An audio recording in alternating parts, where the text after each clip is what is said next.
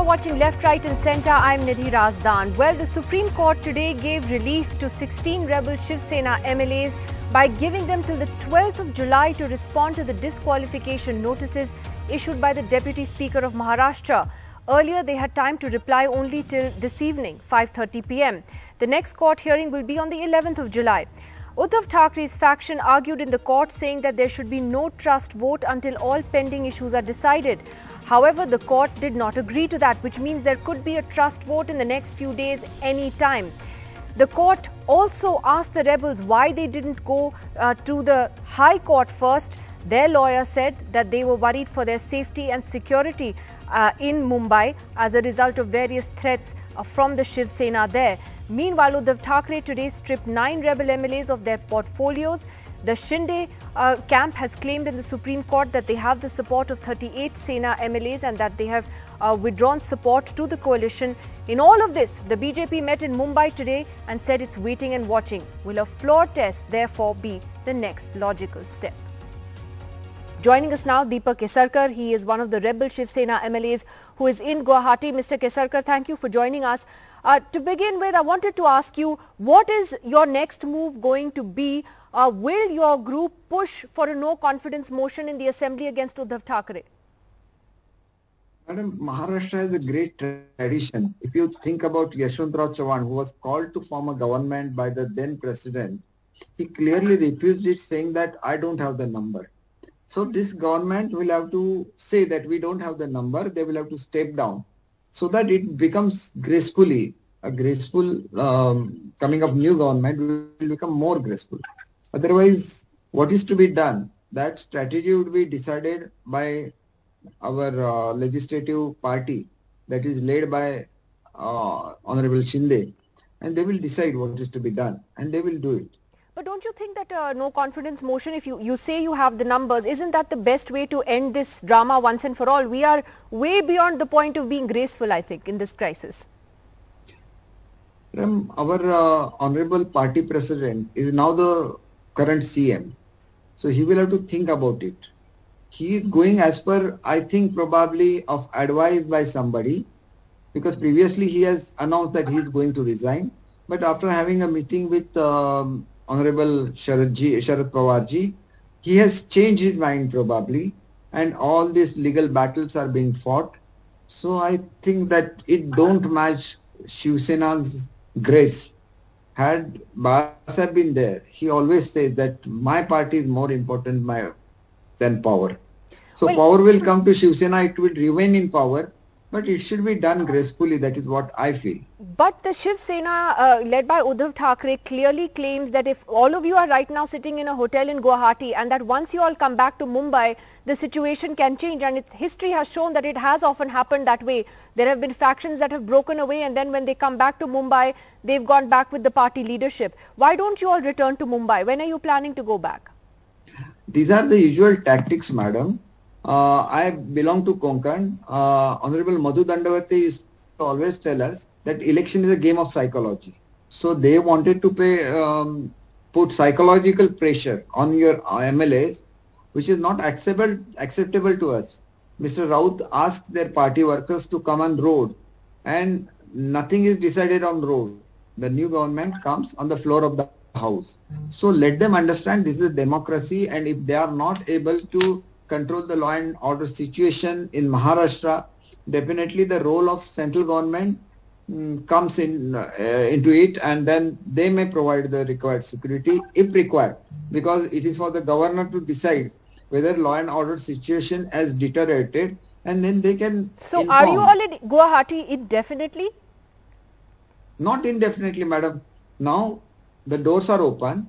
Even the courts have mentioned that there is no bar on making a no confidence motion. So the strategy is to be decided. I am not the person who decides the strategy, and strategy is not announced publicly.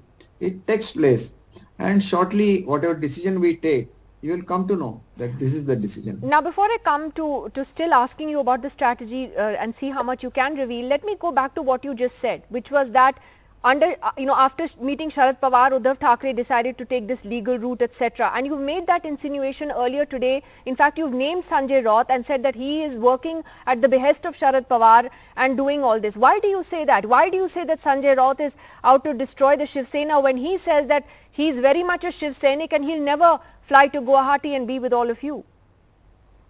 Madam, I can tell you one thing. Shiv Sena was broken thrice, and all the time, Honorable Sharad Pawarji was behind that what the split took place.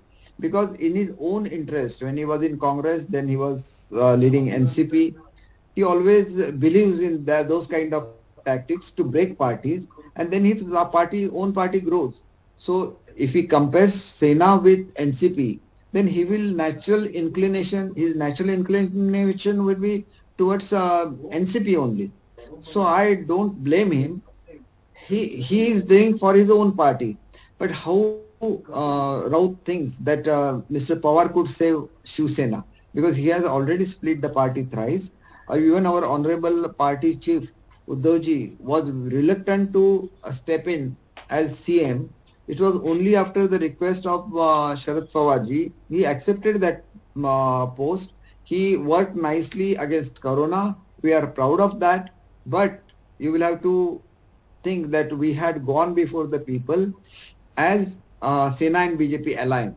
And then whatever happened after that, which was very hurting for us, the NCP president of Maharashtra used to go to each of our constituency, declaring one candidate of NCP to be the next MLA of that constituency. That means you are coming into power only because of Shiv Sena, and still if you want to finish Shiv Sena, how the MLAs will tolerate it? Take example of... but can I ask you that, are you the Shiv Sena without the Thackerays? If the Thackeray family isn't there, is it the Shiv Sena? Isn't that what has kept the Shiv Sena together? You're all saying, that you stand here today in the name of Bal Thackeray, but his son and his grandson are not supporting you. Madam, one day they will support you when they will come to know about the facts, because Mr. Raut himself announced that during Rajya Sabha election, the people who were supposed to vote us from NCP side, they didn't vote. And this is a fact also. So what action was taken during that time? No action was taken. So our MLAs were very unhappy, and that has resulted into the new situation. So can I ask you, when you say that whatever the next steps are in terms of a no confidence motion, yes or no, that will all be decided in strategy.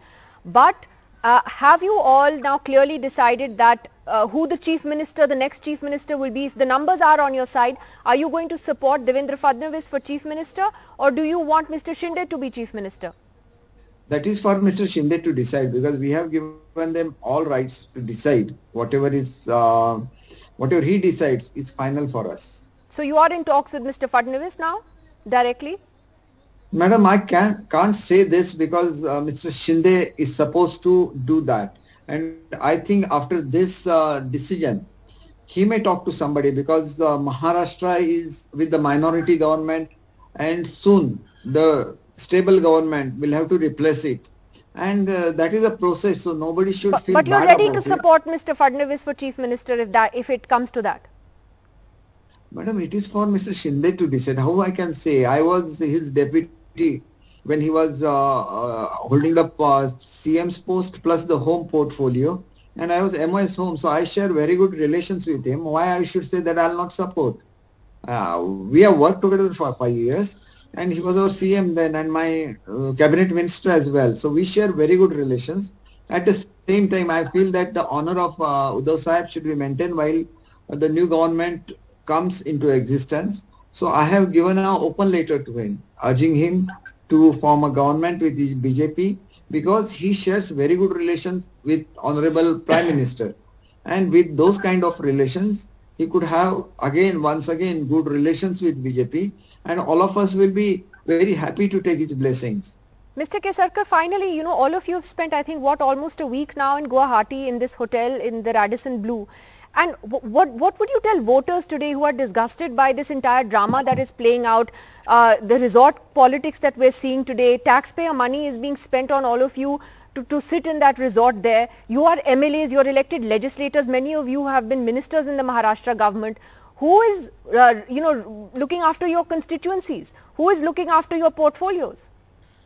Government money is not spent on our state. We are making payments for our own state. That is one thing. Second thing is the cabinet ministers who are not in Maharashtra.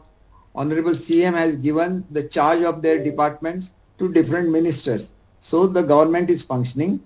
For our constituencies, we are in regularly touch with our constituency through mobile phones and WhatsApp. And I don't think that day-to-day work as it is not with the MLAs, because they will have to seek the funds and bring the fund for the constituency. So when are you coming back to Mumbai, Mr. Kesarkar? Are you coming back now within the next 2 weeks or not? Of course, we are coming back, madam, and forming the government as well, as per whatever I think. You will come to know, because that's the strategy, and that is not to be disclosed publicly. Can you say like a deadline, like within a week or within the next few days? It may happen very soon. It may happen very soon. You will come back. Oh, we have to come back. We are out for quite some time. Around 5 days we are not in our constituency. 5 days is not a very big time, but still we feel that we should be in the constituency. And whenever we have a video call with our people, they are very happy to see us. And they want us to be victorious. All right, Mr. Kesarkar, let's see how it plays out. You're saying you'll all be back in Mumbai very soon and then reveal your strategy. You're saying you'll form the government as well. And let's see how that plays out. Thanks for joining us. Thank you. Thank you, madam. Namaste. Well, let's go straight across to our panelists this evening. Let me go first to Clyde Crasto, spokesperson of the NCP, part of the MVA government in Maharashtra. Clyde Castro, is it game over for Uddhav Thackeray? Is a floor test now inevitable, you think? The numbers don't appear to be on his side. Is it better for him to step down before that? Absolutely not. I mean, it ain't over till it's over, Nidhi. And let me tell you, I was listening to your interview with Mr. Kesarkar, and I wish I could be a one-on-one with him. I mean, the kind of contradictions that he was going on, narrating, it sounded like a script written, and, just being read out by him. But anyway, having said that, you see the Supreme Court judgment today, okay? I think it's pretty well balanced. The fact of the matter is that if the Supreme Court thought or, actually regarded that what the Deputy Speaker said in terms of the notice sent to the 16 MLAs was wrong, they would have actually rejected it. But they haven't. Okay, so if you're talking about the other side, which is the 16 MLAs that went to the Supreme Court, and their disqualification being held up, you also have to talk on the other side when they passed a no confidence motion against the Deputy Speaker. So the fact is that there is some substance in what the Deputy Speaker is saying, and the Supreme Court finds substance in the same matter. So, you can say that, well, it looks like it's over, but it's not over, because I'll tell you why. One more thing. I've been talking to a lot of Shiv Sainiks and a lot of leaders that have been saying that there are at least 20 plus MLAs there in Guwahati who actually want to come back and who are actually with Shiv Sena. But this, it could be anything. There are a lot of stories floating about how, they've been trapped. 2 of those MLAs actually escaped from there. And they've come back here, from Surat and everything. And the stories how they were injected with things. And the stories about, central agencies, pressure on them. So you're saying picture abhi baki hai until they actually come back to Mumbai. Absolutely. You're not going to know what the real picture is. Remember one thing. One thing, remember, Nidhi. At the end of the day, nothing is going to be decided in Guwahati. What has to be decided and will be decided in the floor of the house here in the Vidhan Bhavan in Mumbai, in Maharashtra. So if Mr. Shinde has the numbers, if Eknath Shinde has the numbers and he can prove it, why doesn't he come to the floor of the house and prove the majority? Okay, so I want to ask we have Professor Govardhan Das of the BJP with us. And Professor Das, in fact, just now a report has come that the booking at the Radisson Blu Hotel in Guwahati has been extended. It was already booked till 5th of July and now it may be booked beyond the 5th of July, which means ki abhi God knows how long this whole drama is going to last. But if actually the rebel MLAs and the BJP have the numbers as they say that they have, then why aren't they coming for a floor test? Don't you think they should, Professor Das? Good evening, Nidhi, and good evening, my fellow panelists. See, once again, I reiterate, BJP has nothing to do with current situation, what is going on. But I personally believe, because BJP and the Shiv Sena have similar kinds of ideology, they should form a government. From the beginning itself, I was saying this is not the Mahavikas Agadi, rather it's a Mahavinash Agadi, because their ideology, if you look at, is diagonally opposite So they cannot really get together. Once again, I am reiterating, a snake and a mongoose cannot drink water from the same pot at the same time. So basically, once again, no matter how much you blame BJP, I don't think so far there is no evidence that BJP has anything to do with this, Professor Das, this kind of situation. please, Right, we're all grown up here. We're all grown ups here. We know that, I mean, the rebel MLAs have been in BJP states. They're getting police escort. They're getting protection. BJP ministers are meeting them in the hotel. Nidhi, we all know many things, but don't finger without any proof.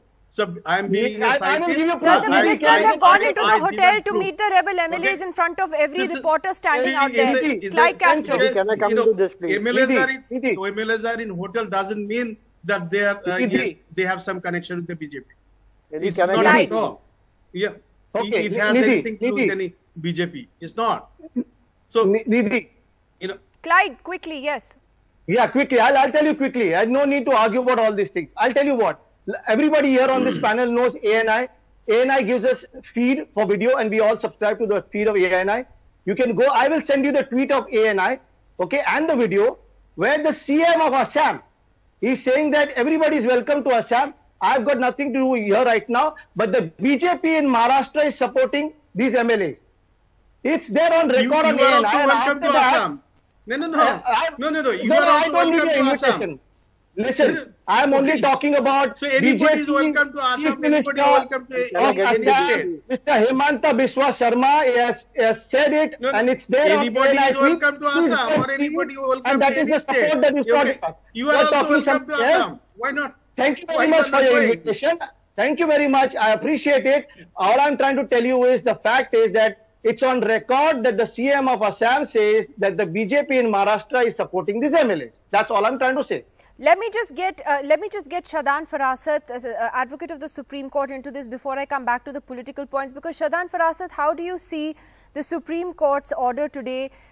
It gives the rebels a lot of leeway with the 14 days, and yet by not allowing, or yet by saying that a floor test essentially can go ahead, that throws up a whole set of fresh legal tangles if it indeed does happen, doesn't it? Yes, so I would want to say a couple of things. Firstly, this decision of Supreme Court or the order is on a plea of the rebel Shiv Sena MLAs, right? Now, it's not on a plea of the Shiv Sena with its present leadership, Mr. Uddhav Thackeray. In that context, in a plea filed by the rebel leaders, what I understand, orally a request was made during the hearing that if you are going to stay the disqualification proceedings till 10th, then you should also simultaneously stay the any potential floor test. Now, in that context, they said we'll see it when it arises. Today, we are not doing it. That's my understanding of how the proceedings went. I was not in the court, but from the reading of how the proceedings went. Now, it's always open to the main Shiv Sena with Mr. Uddhav Thackeray to, if they were forced to conduct a floor test, they can always approach appropriate court. Now that the matter is in Supreme Court, possibly the Supreme Court, or otherwise even a High Court, Bombay High Court would have been ideal to seek a stay on that, saying that this should first, the disqualification proceedings should first conclude, and then only the floor test would happen. Because effectively, as I understand the numbers game, it's going to depend on whether these MLAs are disqualified or not before a floor test is held, in terms of what the outcome will be. So I think that option is not foreclosed. It's just a tentative response in a plea by by the rebel Shiv Senics. I think that option is very much open to them if and when that situation arises. As of today, that situation has not arisen. All right, Krishna Hegde, why isn't Uddhav Thackeray, stepping down? Do you genuinely believe that you're going to be able to win away most of those 38 MLAs who are sitting with Eknath Shinde? Nidhi, first of all, I hope you will give me proper time to speak now, since you've given all the other panelists a lot of time. First, let me come to Mr. Kesarkar. He said that Maharashtra has got a great tradition and we must show a lot of grace. I could say the same thing to him. The way they have run away after, deserting the Sena, I don't think that's a lot of grace. Secondly, today, when the academic year has just started, or when the monsoon is just coming in, the water resources minister, the education minister, all sitting in Guwahati, they should be bothered about what is happening in Maharashtra. Secondly, regarding the Supreme Court judgment, in the plea, they had asked for the disqualification of the Deputy Speaker, which has not been done. The Deputy Speaker is still the presiding authority, the ultimate presiding authority of the House. Secondly, they had asked for the disqualification of Ajay Chaudhary, who is the Shiv Sena group leader in the House.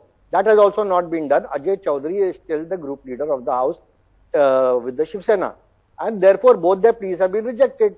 Now, the Honorable Supreme Court has given a very balanced judgment saying that we are giving you time and you, according to the time given to you, you reply to this. And also, the Supreme Court has given notices to all the parties concerned that they have to reply within 5 days.